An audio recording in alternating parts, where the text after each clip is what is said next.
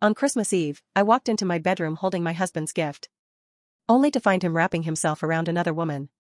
He looked up and smirked. "Well, since you're here, wanna join?" My hands trembled as I held up my own gift, divorce papers. His mistress giggled. "Guess we won." I smiled. "Actually, you lost. Check the prenup." His face crumbled as he read the papers, and realized he'd just lost everything. I'm a 42-year-old woman. My now ex-husband is 44. Let's call him Mark. We were married for 17 years. Lived in the Chicago suburbs. No kids. Just us and our 2 golden retrievers. We looked like the perfect couple. Everyone thought we were solid. I thought so too. That's the sad part. He worked in finance.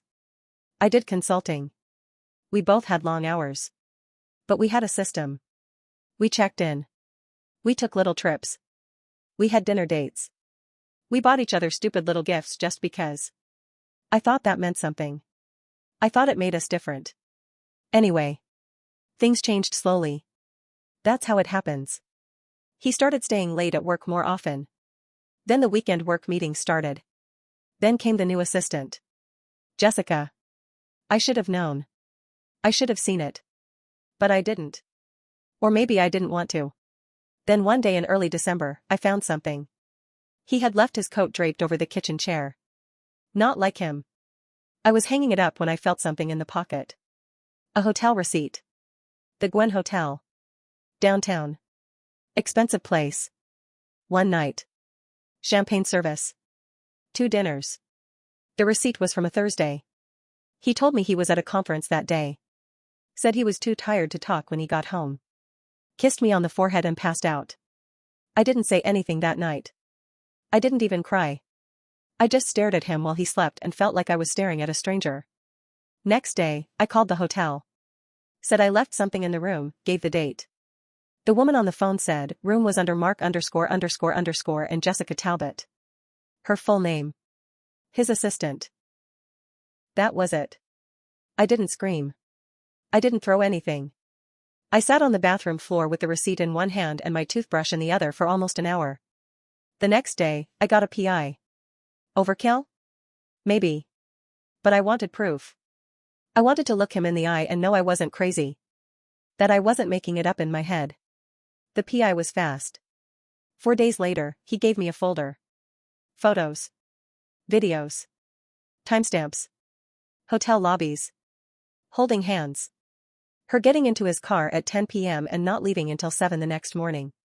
A close-up of them kissing in the parking garage of his office. I looked at every single photo. I memorized them. Then I called a lawyer. We had a prenup. Back when we first got married, I had more money. I was the one with the house. The savings.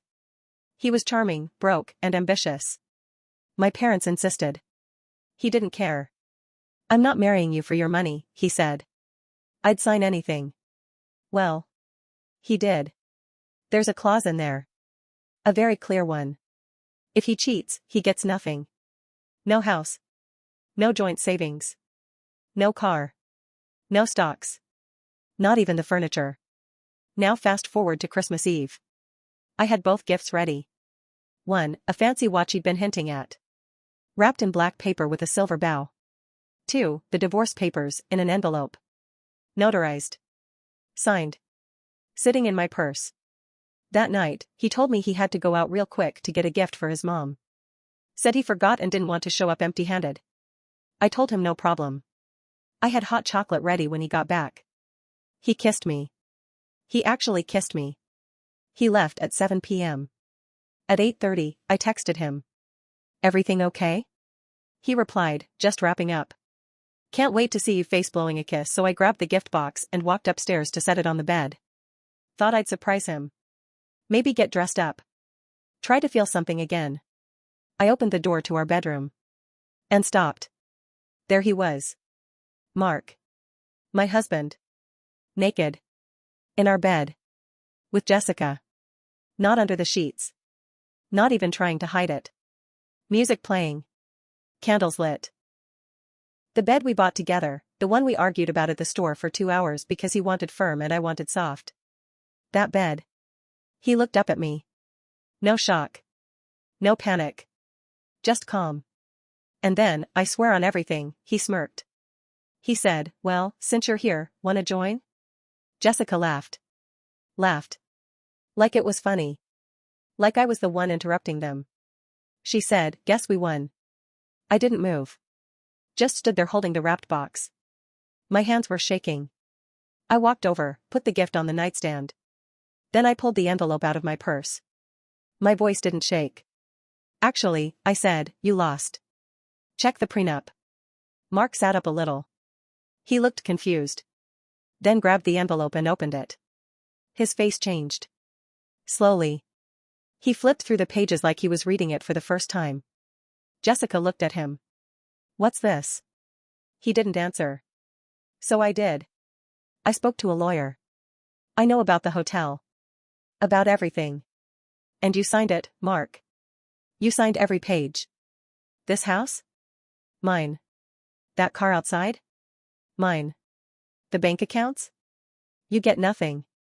You don't even get the mattress you're sweating on. He went quiet.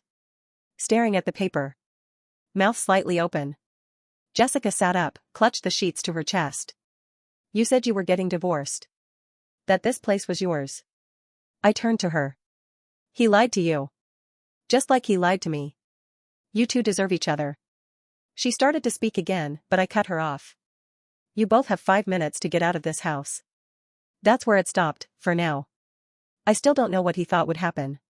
Did he think I'd cry? Scream? Maybe beg? I didn't. I turned. Walked out the door. Closed it behind me. I went downstairs. Sat on the couch. Poured myself a drink. They didn't come down for a while. I sat on the couch, staring at the blinking lights of our Christmas tree. It was quiet, except for the low hum of the jazz playlist I'd forgotten to turn off. I was still holding my drink when I heard the bedroom door open upstairs. Footsteps. 2 sets. Then whispers. Panicked. Arguing. Fast, like they were trying to plan something quickly. I didn't move. Mark came downstairs first. Still shirtless, jeans half-zipped, red in the face. He had the envelope in one hand. Look, he started, can we talk about this? I looked at him. That was it. Just looked. I mean, you didn't have to go this far. This is our house, Rachel. You can't just throw everything away over one mistake. One. I said. He flinched. Jessica came down behind him, wearing my robe. My robe. The one my sister gave me last Christmas. She didn't even look embarrassed. Just angry. This is crazy, she said. You're seriously overreacting. You're a grown woman. People cheat. It happens. Mark cut her a look, like, not helping. She crossed her arms and sat down on the stairs like she owned the place. I stood up. I'm giving you both a chance to leave peacefully, I said. Don't test me. He stepped forward, voice low. You're bluffing. You think I didn't read that prenup? I talked to my guy. Infidelity has to be proven in court. Oh, you mean like the photos I have? I said. The videos? The timestamps? I don't need a court to believe me. I just need my lawyer. He paused. Let's just calm down, okay? Did you ever love me? I asked. He didn't answer right away. Jessica answered for him. He said you were cold. Controlling. That he was trapped. My throat tightened. Not from sadness, but fury. I laughed. Actually laughed. Cold? I built this life while he was still figuring out how to pay off his student loans. I supported him when he got fired twice. I covered his mom's hospital bills when insurance wouldn't. I put up with your business trips for months. And I'm cold? Mark's face turned red. He grabbed the back of his neck like he didn't know what to do with his hands. You don't get to turn this around, I said. You don't get to rewrite it. Jessica stood up. He's not going anywhere with you. I looked at her. He's not going anywhere with you, either. Not unless you're okay living in a Motel 6. He's broke. That hit her. She blinked. What? He signed away everything if he cheated. Everything. No house. No money. No car. That Rolex on his wrist? Bought with my bonus. She turned to him. You said you had savings. He didn't look at her. He looked at the floor. You used me, she said, eyes wide. No, he mumbled. I thought, you told me we were going to Paris. That we were getting married. Now it was a full argument. Right there in the living room. Christmas lights blinking behind them like some sick joke. She slapped him. Not hard. But loud enough. Then she turned, walked upstairs, and slammed the guest room door. He didn't follow her. I walked to the front door and opened it. Out. He didn't move. Don't make me call the cops, I said. This is still my house. He finally walked out, barefoot. It was snowing. Cold. His shirt was still upstairs. He didn't look back. I shut the door and locked it. I heard the guest room door open. Footsteps. Then the sound of Jessica crying quietly in the hallway. She knocked on my bedroom door. I opened it. She was still wearing my robe, now stained with mascara tears. I didn't know, she said. I didn't say anything. She looked at me like she wanted me to comfort her. I really thought he loved me, she whispered. Yeah, I said. So did I. Then I shut the door in her face. She was gone. Left before sunrise. Took a rideshare. Left the robe on the floor of the living room, balled up next to an empty wine glass she probably helped herself to. But Mark? He wasn't done. Papers were filed. Lawyers involved. I thought it'd go smoothly. I had everything documented.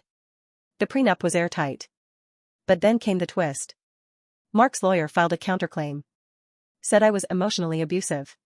Claimed the marriage was dead for years. Said I neglected him, withheld affection, and, this was the kicker, that I cheated first. He was trying to flip it. I showed the emails. The receipts.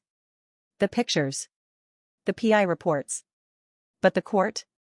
They don't care about truth as much as they care about proof. So now we're going to trial. He's dragging it out. Trying to get a better deal. Hoping I'll settle. Hoping I'll cave. He's also doing something worse. Calling my friends. Telling them I snapped. That I'm unstable. That I set him up. One even texted me, "You okay? Mark says you're spiraling. He's poisoning the well." And for what? To save face? I don't know what he's thinking. But I know this, I'm not stopping. I'm not backing down. I've got truth on my side, and I've got time. He took 17 years from me. I'll spend one more year making sure he doesn't take another damn thing. After his lawyer filed that ridiculous counterclaim, I thought things couldn't get messy, eh? I was wrong. Mark wasn't just playing dirty, he was playing desperate. And desperation makes people sloppy. 2 weeks after the court filing, I got a call from my lawyer. There's been a motion added, she said. He's claiming the prenup is invalid. I laughed. On what grounds? Duress. Apparently, Mark told his lawyer that I pressured him into signing it right before the wedding. That he didn't understand what he was signing. That I manipulated him with the promise of money and status. It was a joke. But also dangerous. Because if the judge even suspected it was signed under duress, the prenup could be tossed out. And if that happened, he'd be entitled to half. Half of everything I built. So I did what any reasonable woman would do. I went into the storage unit I hadn't opened in years. Dug through old boxes. Found a dusty photo album. And there it was. A photo of us the day we signed the prenup. Sitting in his lawyer's office. Both of us smiling. His lawyer. I even had the business card still stapled to the folder. I emailed it all to my lawyer. Timestamped. Dated. Notarized. Let him try, I said. But that wasn't the only twist. About a week later, I got an email from a name I didn't recognize, Tracy M., subject line, "You don't know me. But I know Mark." I almost deleted it, thinking it was spam. Something made me open it. Turns out, Jessica wasn't the only one. Tracy said she dated Mark 2 years ago. She thought he was single. They met at a conference in Atlanta. She had photos. Emails. Hotel receipts. He told her he was divorced but still living with his ex-wife until the house sold. That was during a time I remember clearly. He told me he was away on business and barely returned my texts. Came back with a tan and a new shirt I never saw again. He ghosted Tracy after 4 months. She only found out he was married when she saw a LinkedIn post I made last Christmas, us smiling in front of our fireplace. She said she cried for a week.